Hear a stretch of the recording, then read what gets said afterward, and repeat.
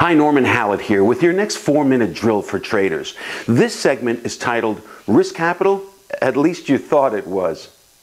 It's on the bottom of every piece of trading literature, every investment advertisement as demanded by the Securities and Exchange Commission and the National Futures Association. You're warned, only risk capital should be used. In fact, the CFTC Rule 4.41, the official name for another set of warnings to the investor, might as well be Area 51 when it comes to investors heeding the warning. Over my CTA and trading career, I've talked to many traders just beginning their quest for riches, and too many of them approach the market with money they've saved up for the purpose of speculation. That may be all well and good, but before you start on your journey of pain and joy, get one thing straight: you're going to get emotional. Just how emotional will largely be a function of whether your risk capital is comfortably losable when you're faced with a step back in your road to profit.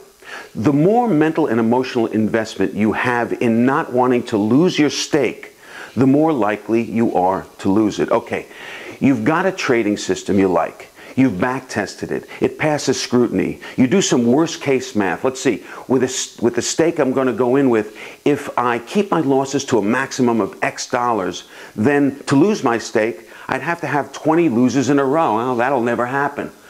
Seasoned traders are laughing to themselves hearing this because they know that if you have to do this kind of math, then your chances of surviving are slim to none. It's like the guy who counts his chips at the blackjack table. Those who are too concerned about every chip are usually playing scared. And you know what happens to scared money. Yes, it flows into the pockets of the confident. And that's actually the point of this 4-minute drill. If you don't really have an if it's gone, and it won't affect my lifestyle in the least attitude, you're not creating the best chance to win. I'm not saying that you should take a flippant attitude toward losing and winning. I'm saying that the more losing your money has emotional meaning, the less chance you have of succeeding. Your trading should ideally be part of a mix of diversified investments. Well, who am I kidding? Most of the newbie traders I come across have their bills covered and are looking for a way to break out of the financial doldrums.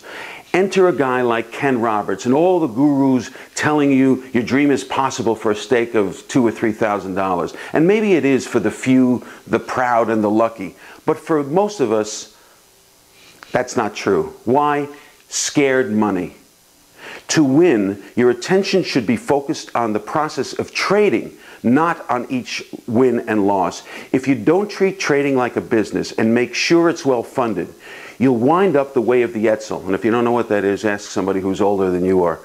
In the end, it's all about attitude and your mental strength and conviction to follow your tested trading plan. If you're undercapitalized, your conviction will waver as fear creeps in. You'll hesitate when your system gives you the green light, and you'll take your profits too soon. Your light will dim, and in the end, after blaming market conditions, the light will go out. Whether you're going to fake it till you make it, or you have adequate capital to begin with, you've got to keep your emotions under control and your wits about you. Okay, that's it for this segment of the 4-minute drill for traders. I'll see you next time, and until then, as always, stay disciplined.